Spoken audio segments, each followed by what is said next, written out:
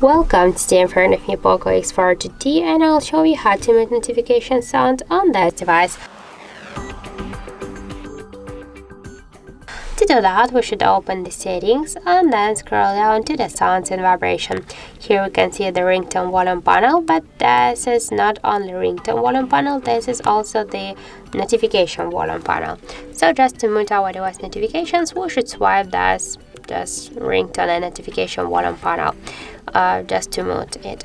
But by this way you will activate the silent mode, and this means that our calls and notifications, they will mute it. If you want, just mute only your device notifications and you want to stay with your calls, so just unmute ringtone volume panel and just click here to notifications. Click down here to more and just switch your currently ringtone, just currently notification sound, to don't send ringtone. After that, just go back here, and now by this way we'll mute only our notifications, but we will stay with our device ringtones. So that's it. Thank you for watching, and if you find this video helpful, don't forget to leave a like, comment and to subscribe our channel.